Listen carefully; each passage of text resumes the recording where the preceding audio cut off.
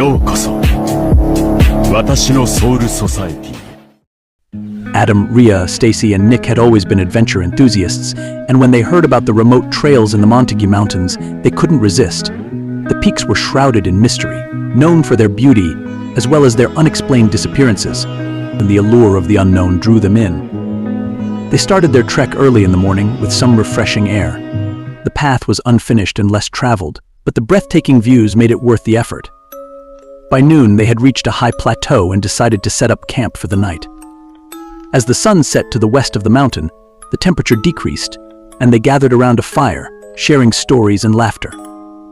As the night grew darker, weird mist began to roll in, covering all over the mountains, making it hard to see anything clearly. Riya noticed a faint glow further up the trail, flickering through the mist. Curiosity sparked, and despite their better judgment, they decided to investigate. The glow led them to an ancient stone gateway, partially hidden by overgrown vines. Beyond the gateway, they found a small, shabby cabin. It seemed out of place, abandoned and forgotten. Nick pushed the creaky door open, and they stepped inside, their flashlights casting long shadows on the decaying walls. In the center of the cabin was a dusty table with a ragged diary lying open. Nick picked it up and began to read. September 18th, 1912. They say the Montague Mountains are cursed. I've heard the whispers, seen the shadows. Something evil lives here. Suddenly, the cabin filled with a low, rough whisper echoing around them. Stacy's flashlight flickered, and she shivered, feeling a presence behind her. She spun around, but there was nothing there. The whispers grew louder, more insistent. They decided to leave, but the door slammed shut with a deafening bang, trapping them inside. Panicking, they tried to force it open, but it wouldn't budge. The temperature dropped sharply, and their breath turned to mist. A shadow moved in the corner of the room. It was the figure of a woman, her eyes hollow and her expression one of torment. Her presence was suffocating, and the air grew thick with the scent of decay. "Help me," she whispered, her voice a mix of despair and anger. "They won't let me rest." Adam's heart pounded as he stumbled back. Riya tried to speak, but her voice caught in her throat. The woman stepped closer, her skeletal fingers reaching out. "You will take my place," she hissed. The room was filled with an intense pressure, making it hard to breathe. The whispers turned into screams, and the walls seemed to close in on them. They tried to move, but their limbs felt like lead. The ghostly woman was upon them, her face inches away, eyes burning with anger and sorrow.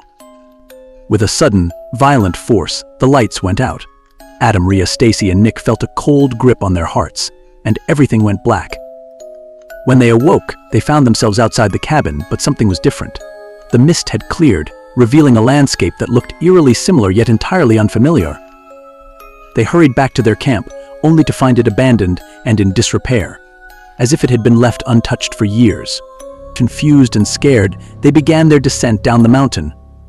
The trails seemed to twist and turn in ways they didn't recognize. The sun set rapidly, plunging them into darkness. As they stumbled through the night, the whispers returned, more insistent and haunting.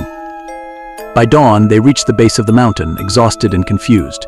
They found a ranger station and rushed inside, babbling about their experience. The rangers listened, their faces pale with recognition. One of the rangers pulled out an old photograph. "Is this the cabin?" he asked. Adam, Riya, Stacy, and Nick nodded. The ranger sighed.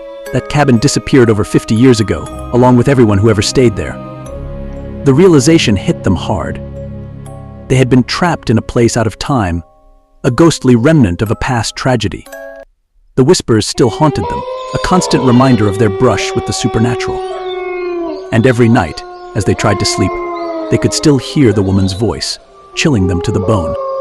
If you liked the story and want to hear more, comment down below and hit the subscribe button. Until then, have a good one.